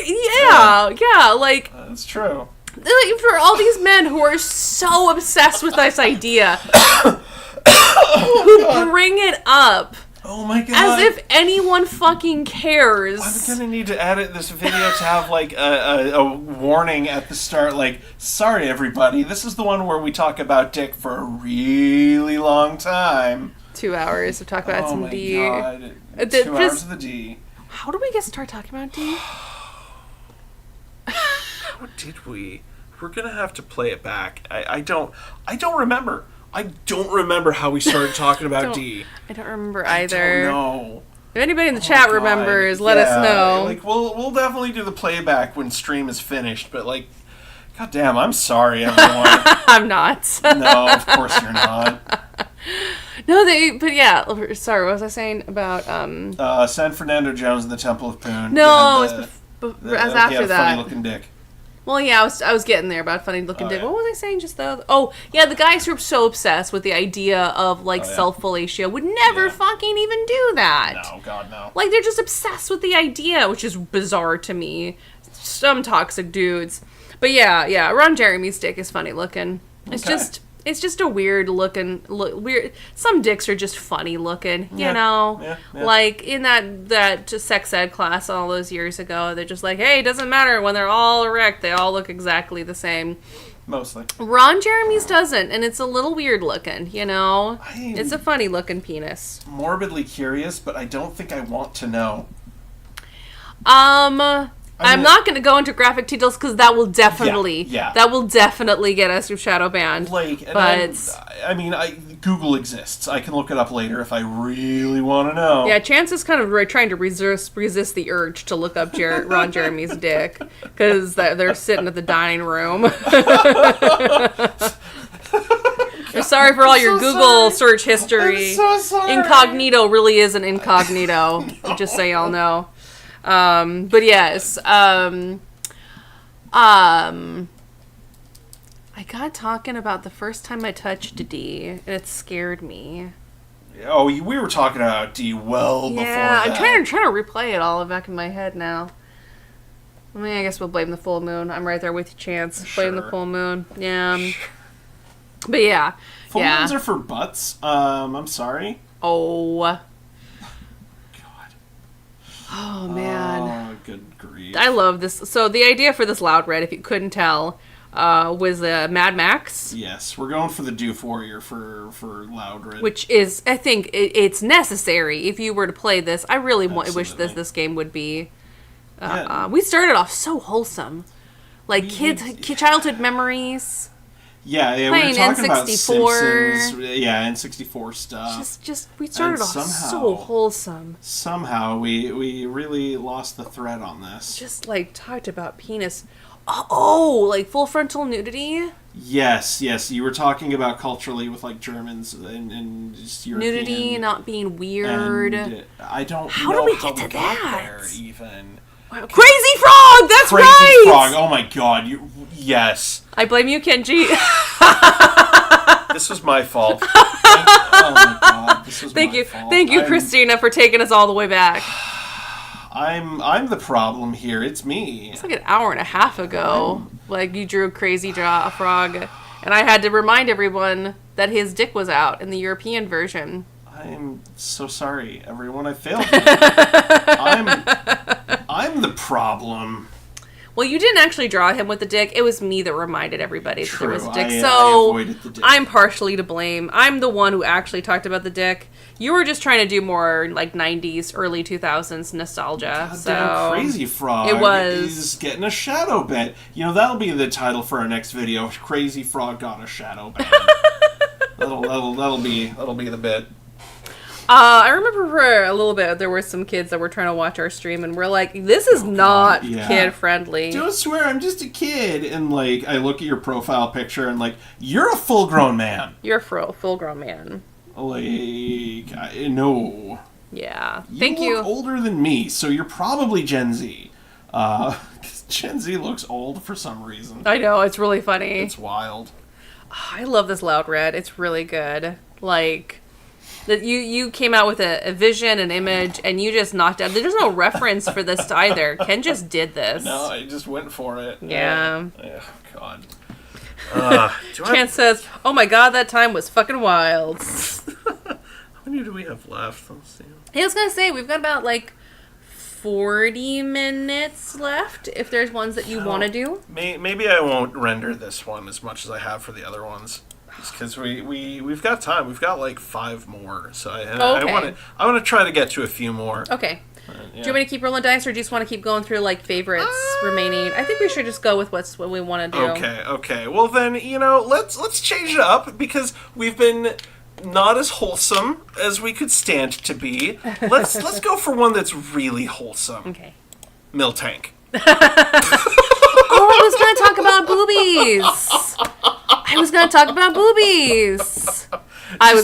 boobies. Make sure that we get everything in there. Yeah. We're equal opportunity people here. Christina says, I'm surprised there's no Eevee yet. I had suggested Eevee, but we decided against it, so there won't be an Eevee. Yeah. Although I think, like, an Eevee with, like, a rainbow cart for all the evolutions would have been cute. There were so many directions we could take it in. I didn't have an idea. Like, I was spoiled for choice. It's like going to Baskin Robbins. Like, how do you choose? You know, you've got 31 potential flavors. Do you just do chocolate, or do you branch out and get that orange sherbet? You know? So that's a pistachio or mint chocolate chip. That's valid. Mint chocolate chip would be one of my favorites. What about mint berry crunch? Never had a mint berry crunch. I'm more just making the South Park reference. I know. Yeah. I know. Tit time. Yes, Chance. I haven't forgotten. Don't worry. Titty time. So yeah, in my high school class, I did do water aerobics, and the same friend of mine whose dildo collection I had seen in her personal bedroom, posing for her naked for our piece for our high school class. It was funny because she had like a 2-piece bathing suit, and some of us were still a little self-conscious to like fully get naked in front of other people. Mm-hmm. I wasn't. I would get fully naked. We had a bunch of very old women, like 80s, 90s, which I guess isn't that old, but for teenage us, it would seem very ancient. But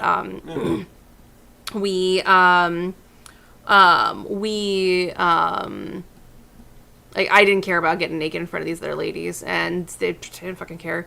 But some of my other friends did still feel a little self-conscious getting completely naked in front of a bunch of other people. So they would change in the bathroom stalls. And this one friend, this friend I was talking about, she had confided in me that because she had a 2-piece, so a lot of AFAB bathing suits, this is not the right word for it, but like bathing suits designed for female bodies. Yeah. It's not the best word for it, but again, it was the early 2000s, but she had a 2-piece bathing suit, and a lot of them, it's so stupid. They're so stupid they would do this, but they would try to do like a bra insert into a lot of bathing suits.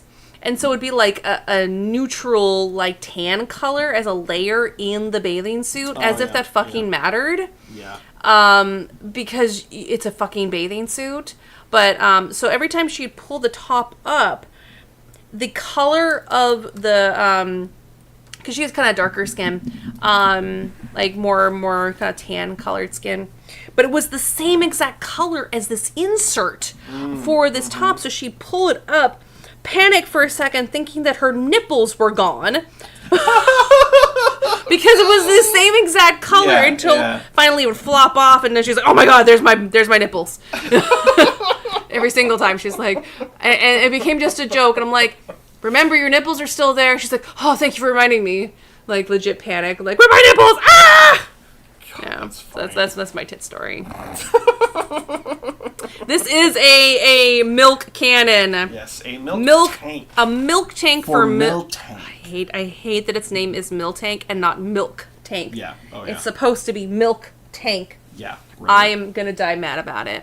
That's fair. We'll write to Nintendo. We'll get it changed, retroactively changed in all of your games. Christina, Growlithe is also one of my favorite Pokemon. Arcanine is a giant fire puppy. Mm-hmm. It's a big old... Arcanine, I know you like Growlithe.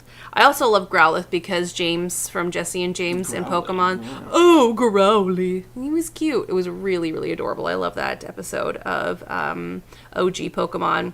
But Growlithe is an adorable fire puppy, and Arcanine is an even bigger, fluffier puppy, and I love him. One of my favorites.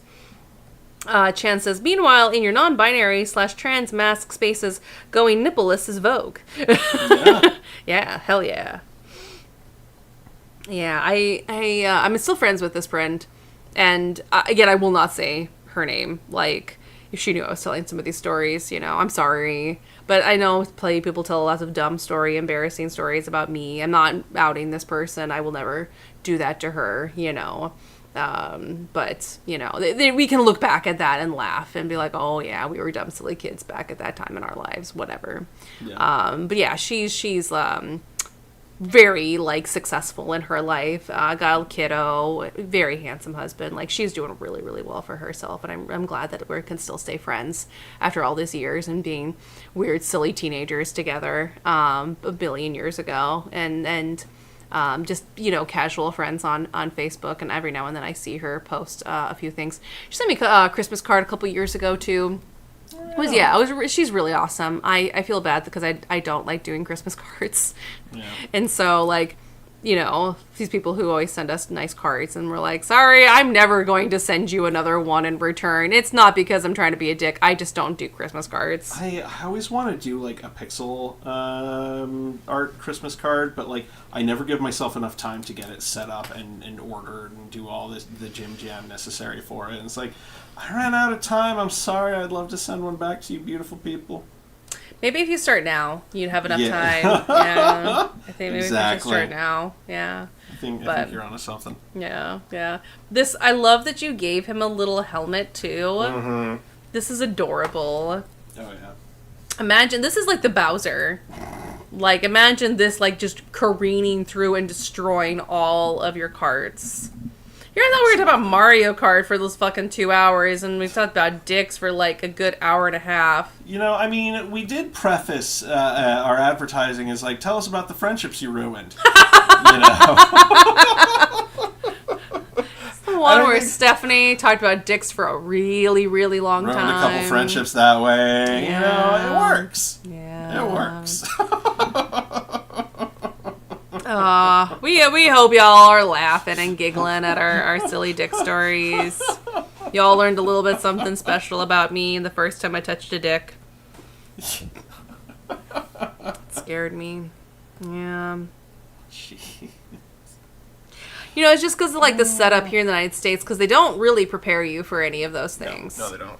And even though I watched that video in junior high, by the time I was at an age where, I was ready to have sex, and I had sex for the first time, I actually saw a real-life dick right there in my face. It still didn't really prepare me for it. They're kind of funny looking.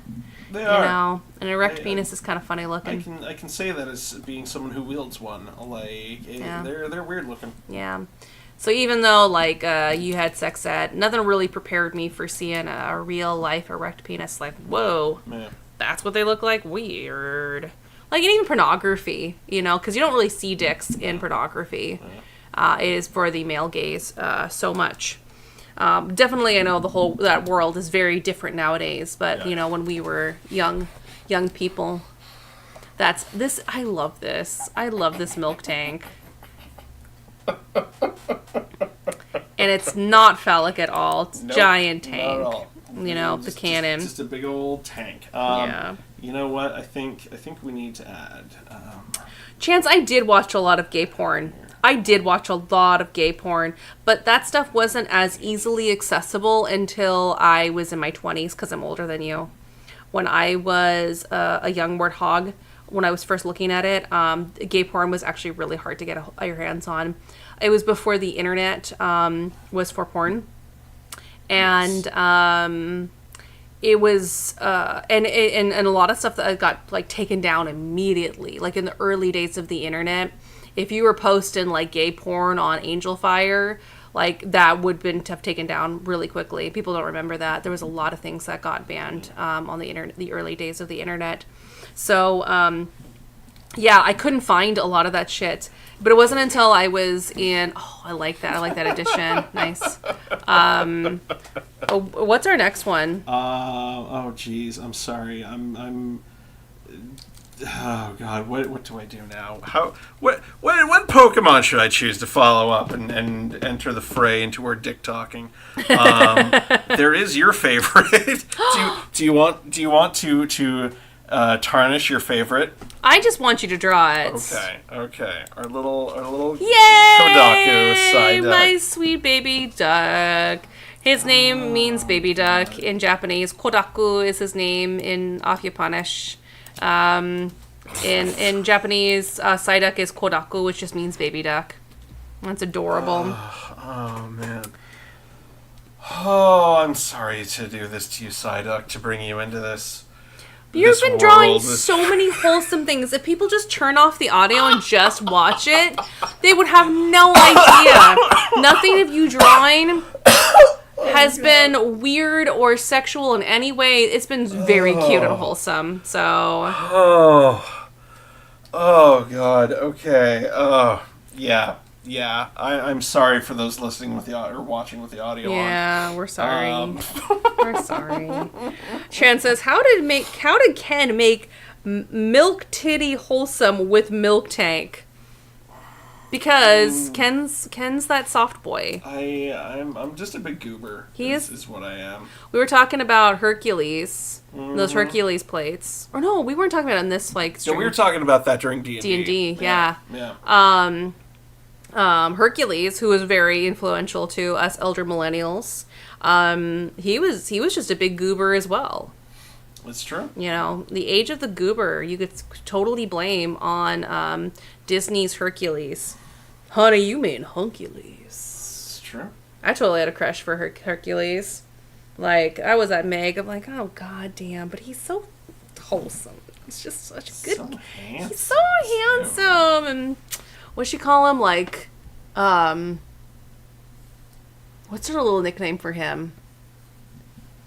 Hero Boy, or I forget that little nickname she had for him. No, I mean, we could watch Hercules after this if we want to. I would love that. That would be a lot of fun. Yeah. Yeah. Christina's like, no cursed visual content, only cursed audio. Exactly. It's just that. It's just. Absolutely. Yeah. No chance. I got a lot of my gay porn from Tumblr, believe it or not. Yeah, back when Tumblr used to be for porn. It was just pornography. That's where I got most of my gay porn. Not the original start of it, but no, in the very early days, it was actually very hard to find gay porn.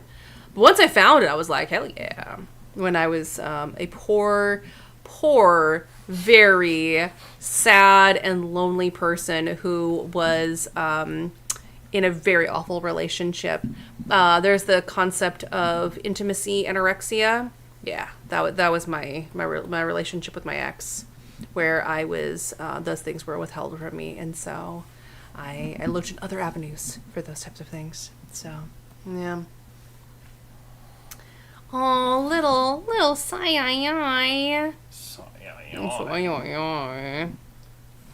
Chan says, oh my god, I think I had used YouPorn.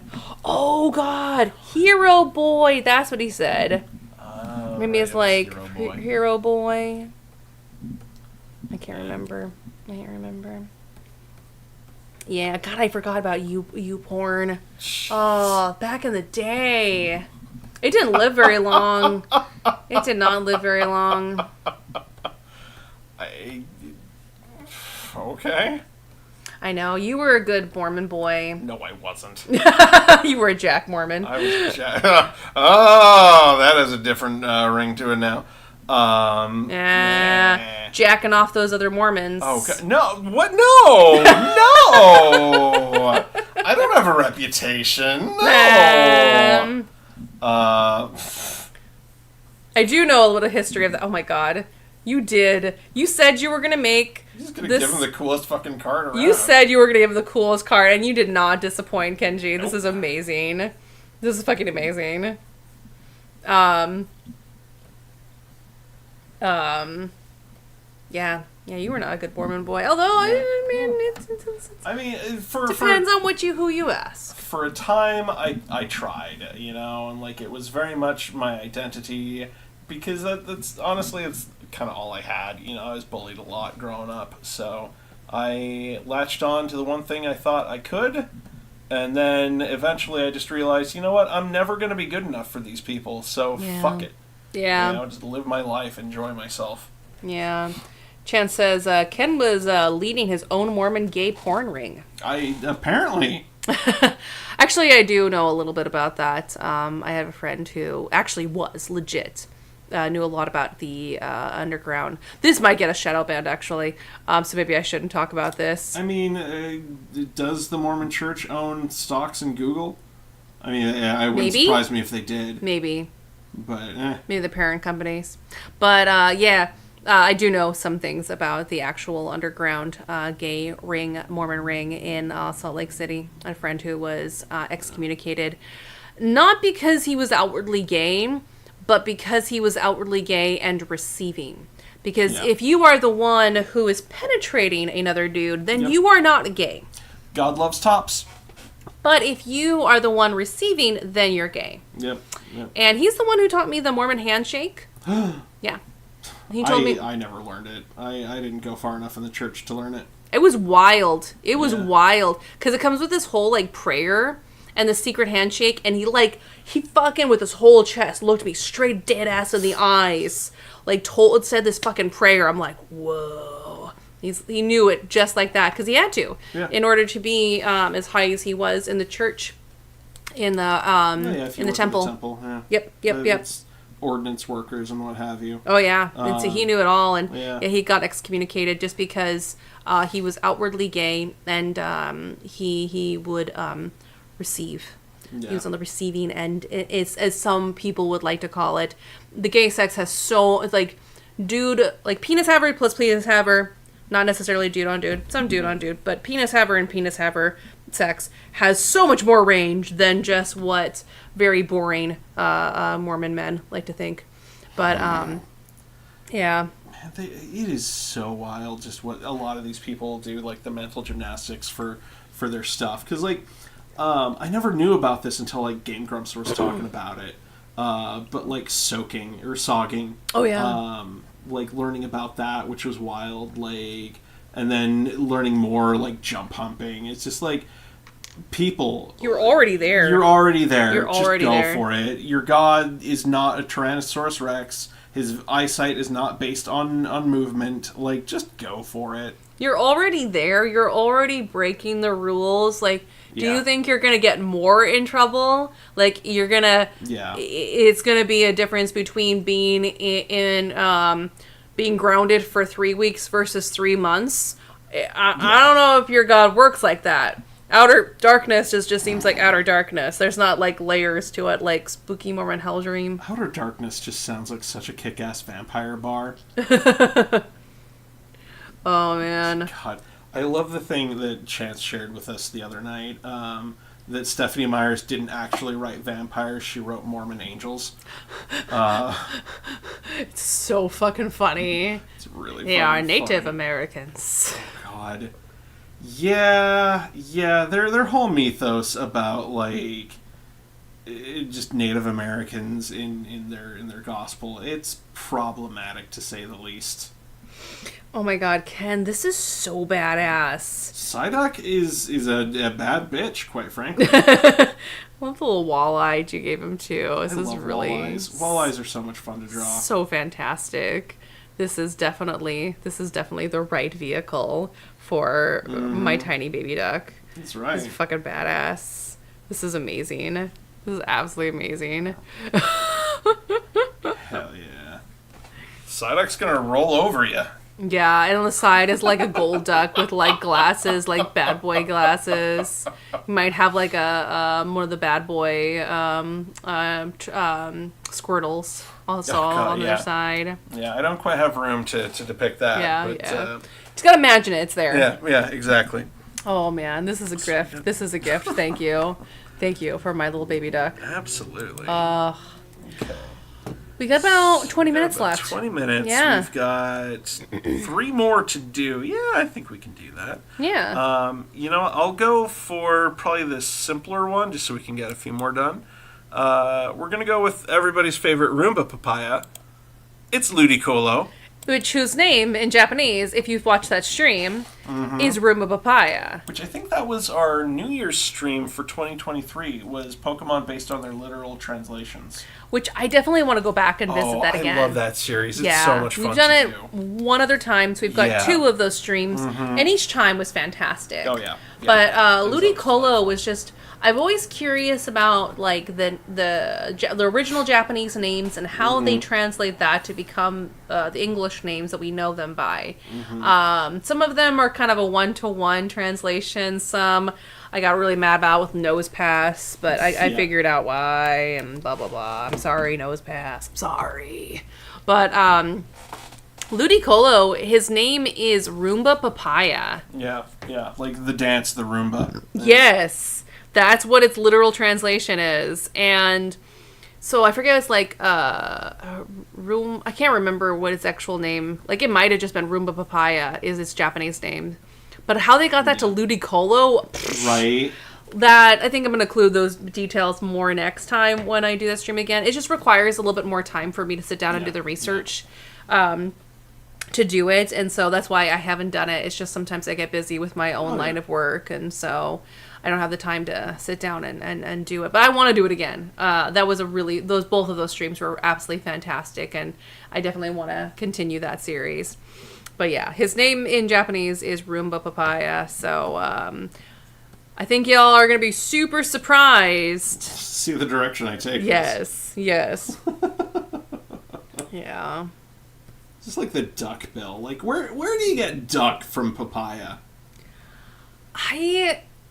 Yeah, I don't know. I mean, they made a fucking Pokemon from a fucking keychain and, like, a literal garbage bag. So, fair. Whatever drugs they are taking, I think the people who also did Pal World also took those. God. Actually, it was just AI, but whatever. Pal World fed drugs to AI.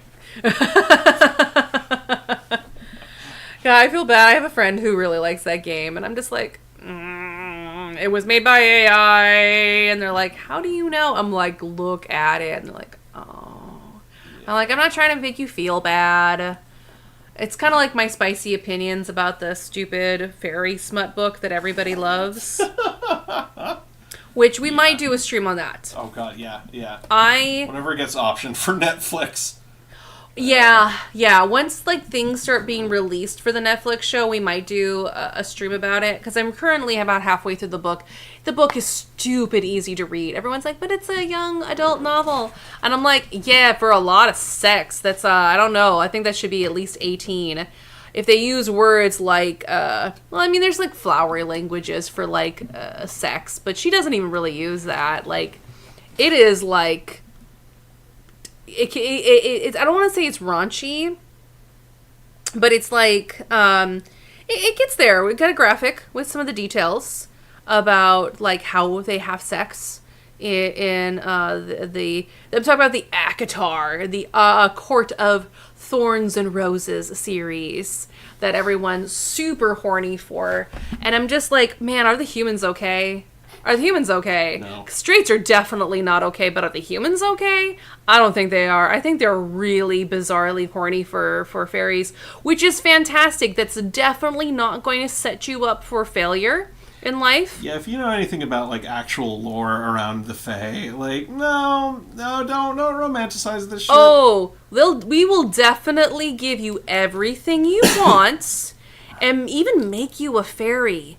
Please, come with us. Geez. Come with us. Oh, please, eat our food. Have some wine. Have some more wine. Just dance. Have a great time. No, I don't think I will. Have a great time. No, thank you. But, yeah, the ACOTAR series is not, it does become later on more adult, but the first book is supposed to be geared towards young adults, which... That's how they get you.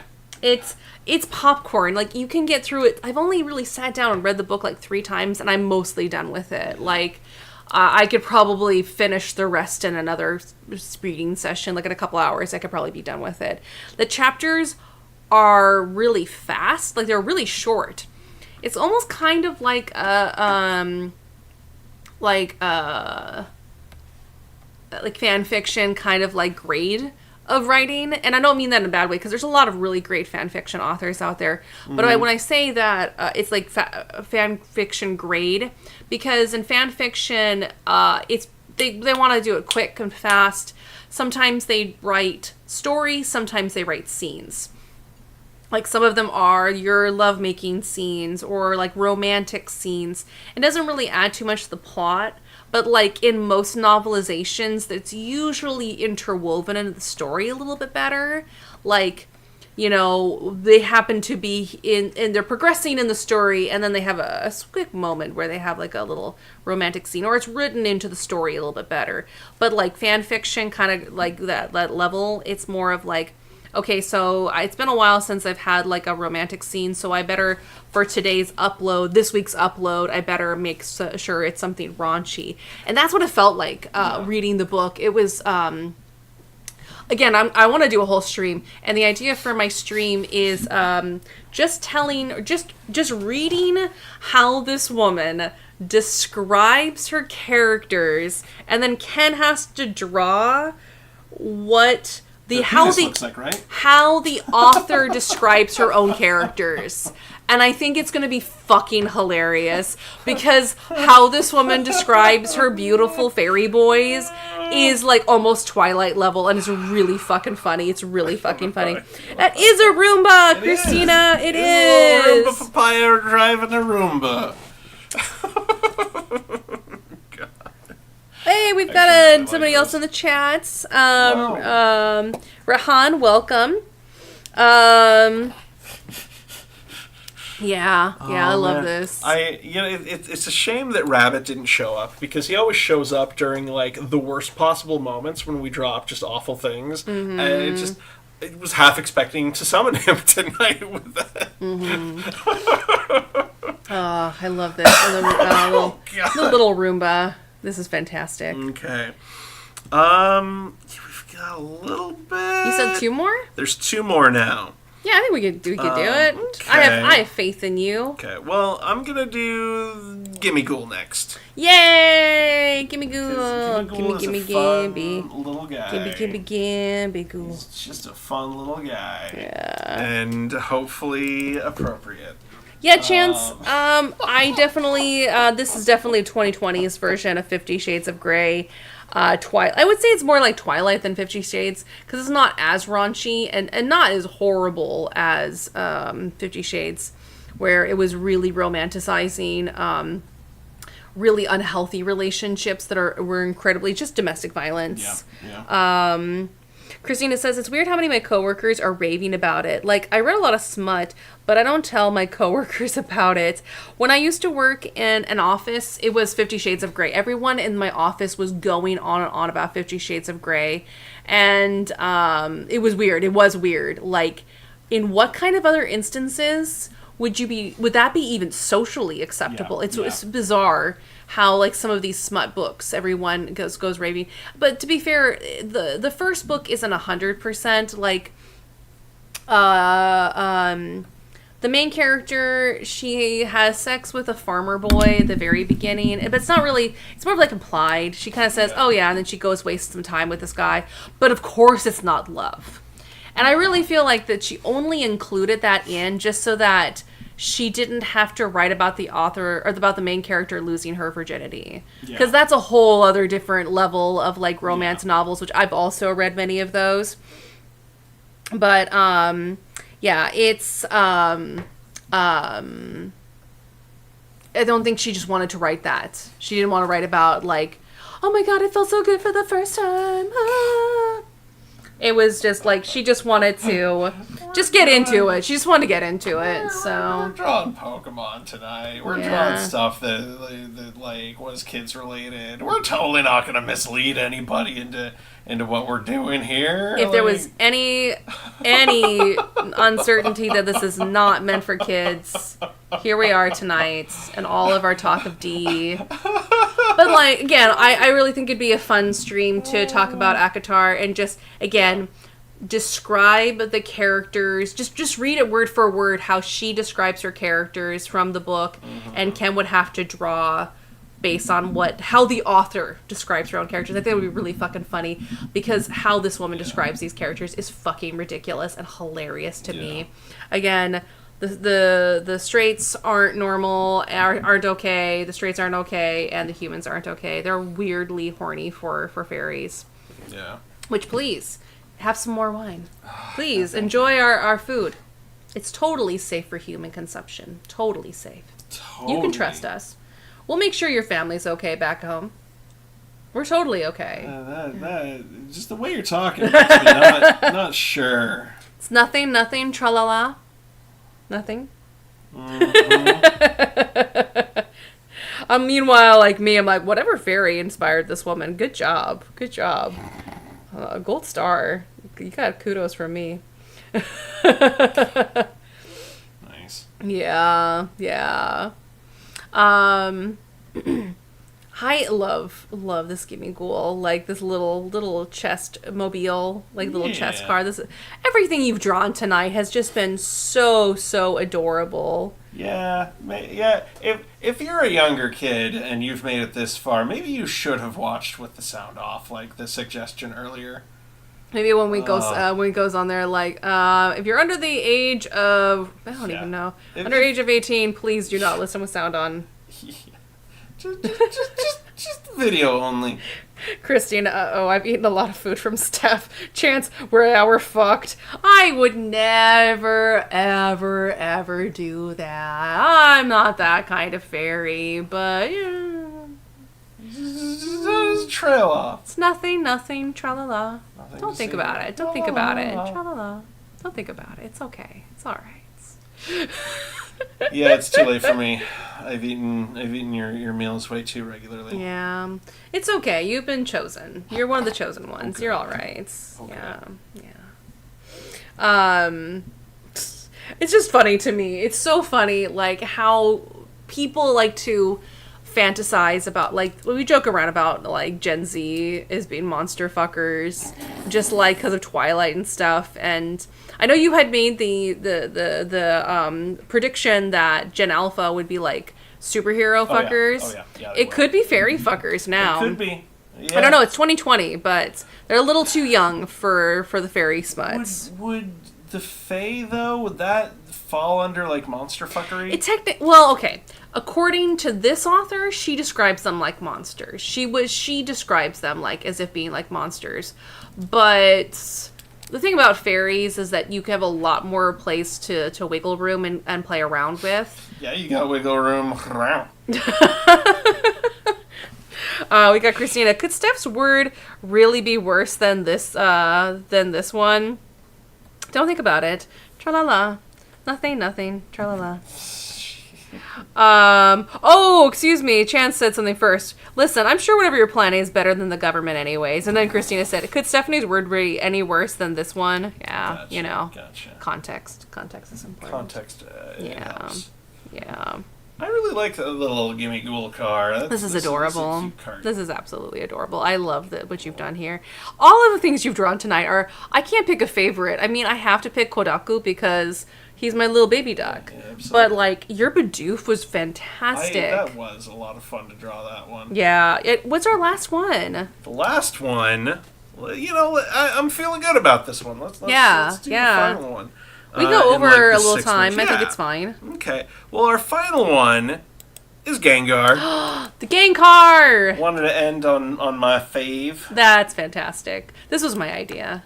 Yeah, because Steph knows how much I love a Gengar. Yeah, you do love a Gengar. Gengar's good. Gengar's really good. Ken was like, I don't want to do just Gen 1. I'm like, I know, but a lot of, like, when people think of, like, very iconic Pokemon, most people tend to think of Gen 1. Excuse me. Although I do like the Gyarados. That one was really good. Yeah.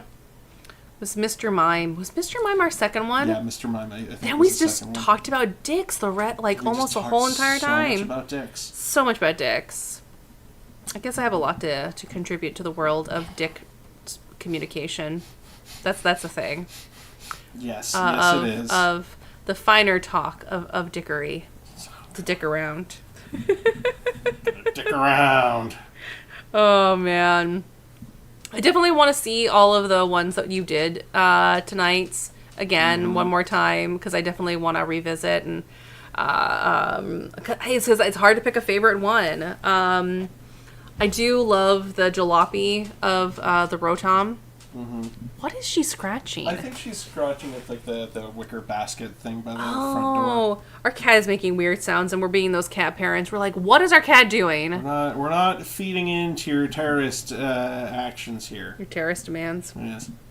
But yeah, I like the idea of that Akatar stream. Let us know if you like that idea, because again, the way this woman describes her perfect, precious fairy boys is really fucking funny to me. It's really, really fucking funny to me.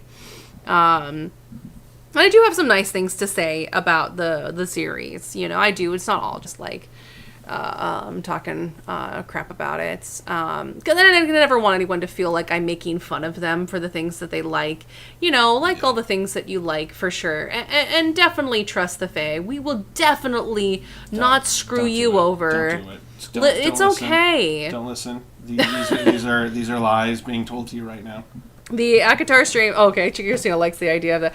It's really funny. I've already like kind of started taking some notes, like for some of the main characters, and I might just force myself just to read through the whole entire damn thing just so I can have enough content for a stream. And because it is going to become a Netflix series, which is going to be weird because nothing happens in it. For those who don't know, the first book is pretty much like Beauty and the Beast, but what if with fairies? Yeah. Spoilers. That's pretty much it. And but like doing a whole hell of a lot less. The main character, Feyre, because you get it, Faye. Get it? Feyre. Get it? But she doesn't spell it like that. She actually, this woman legit had a pronunciation guide, like had her characters, like make sure you knew how to spell or pronounce her name. Main character is pretty atrocious. But for not, like, it's just the author, because she can't have too much of a personality, because then you can't self-insert yourself into this character. Yeah. She has to be insecure enough so that way she speaks to all of the deeply insecure women with chestnut brown hair. That it just not even like chestnut. It's like the way she's like brown blonde, which is like just dishwater brown or blonde. Yeah, she's just trying to hit that perfect, trying to be every basic kind of woman who would probably read her book, but like also deeply insecure women who would probably read her book. So she's got to have enough of like blandness that you can like, these boring women can like insert themselves into this character. Not have too much of a personality, but have enough of a personality. And she doesn't really do a good job of it, you know. I think very few people actually do a really good job of that balance of those types of characters. But again, no shame. Please do not feel like I'm shaming you. If you like these types of books, please enjoy your fairy smut. I'm enjoying it for completely different reasons. It is entertaining. Again, I'll probably read the whole damn thing just so I can have a fun and entertaining stream. Everybody gets a little bit of entertainment. If you have fun fantasizing about having sex with fairies, don't leave your pantry, or don't leave your closet open at night, or don't reach underneath the bed. That's all I gotta say, okay? Don't leave milk and bread out for the Fae. Don't do it, okay? But if you enjoy it, just enjoy yourself. You know, life is too short. But yeah, it was it's very much like the main character is very, very dumb and boring and bland. And so instead of being like she's super into reading like Belle is in Disney's Beauty and the Beast, she's into painting. She loves art. And this guy gives her everything. Absolutely everything. But then somehow they all demonize him at the end. And there's a lot I could say. But that'll be for that Akatar stream. And I hope you all watch it. And I think it'll be a lot of fun, you know. I think it'll be fun to talk about fairies, and definitely enjoy our wine and definitely enjoy our food. It's totally safe.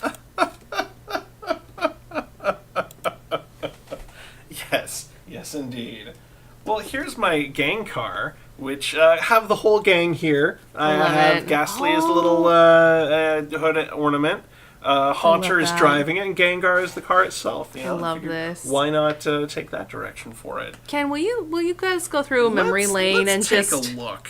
Yeah. Okay, back to number one. The Gyarados was It's really great. good. The little Magikarp. Yeah. The Magikarp. The Magikarp. Aww. Yeah.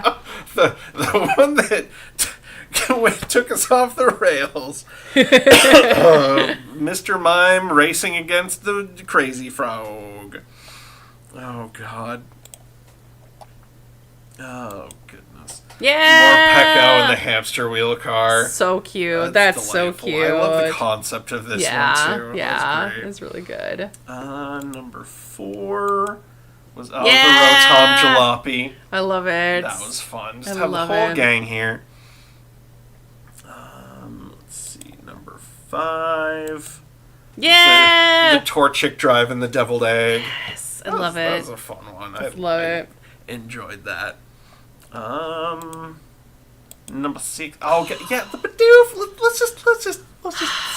Let's just sit on Bidoof for just a little bit. He's so here. good. The little hands. So good. Just a little hands. A little log car. Just a little log car. Like, this Bidoof is ready for the Pinewood Derby. I'm just saying. Yeah. Very wholesome. Very sweet. I love this Bidoof. It's between him and Psyduck that is my favorite. Absolutely. Let's see. Oh, yeah. Yeah, that's when I started running out of time to do the renders. But yeah, God, it's the Doof Loud Red Warrior. Love it. Yeah. It's so good. It's so good. It's delightful. Yeah. The milk tank. I love the Milk tank, helmets. milk tank. Hell yeah, I gotta That's have good. that little army helmet. Yeah. Psyduck in the most badass cart of them all. Yeah. He I deserves love it. quite frankly. Good precious Hell child. yeah. Gotta keep that egg safe. Yeah, Roomba Papaya. The Colo and the Roomba. That is delightful. And then the Gimme Ghoul. Yep. It's And good. then back to our gang car. My gang car. Who was your favorite from tonight? Same with everybody in the chat. If you made it this far, let us know in the chat who was your favorite. Bidoof. Bidoof was really good. I really enjoyed the Bidoof car. I think you did a fantastic job with that Bidoof. Easily my favorite. Yeah. It has been an absolute blast drawing for y'all tonight. Thank you for enjoying our talk of dicks and Pokemon. We stream every Saturday night from 8 to 10 p.m. Pacific Standard Time. Ken also does another weekly stream on Wednesdays. Join me Wednesdays at noon Pacific Standard Time. I do pixel art on those days, and then we do illustrations on Saturdays. Both streams are quite frankly a blast, and if you want to get caught up, we've got plenty to choose from on the channel right now. Hopefully we'll see you there. Hit subscribe so that you know when we go live. In case remembering Wednesdays and Saturdays is a chore. You know, who's got time to remember that? Hit that subscribe button so you don't have to have that mental weight on you. And then we'll also post notifications like on days where we may not be able to do stream. So, you know, life happens. If you have ideas for future streams, other ideas, feel free to let us know on our different social medias. Yeah. They're all on our main page, how to get in contact with us if you've got ideas. Of course, you can always leave comments. Absolutely. So when you hit that bells and hit those likes, we really appreciate all the love that you give to Kenji's channel here. Is there anything else I'm forgetting? You know, have a great week, everybody. Thank you so much, and we'll see you all next time. Thanks so much for Catch you watching. next time.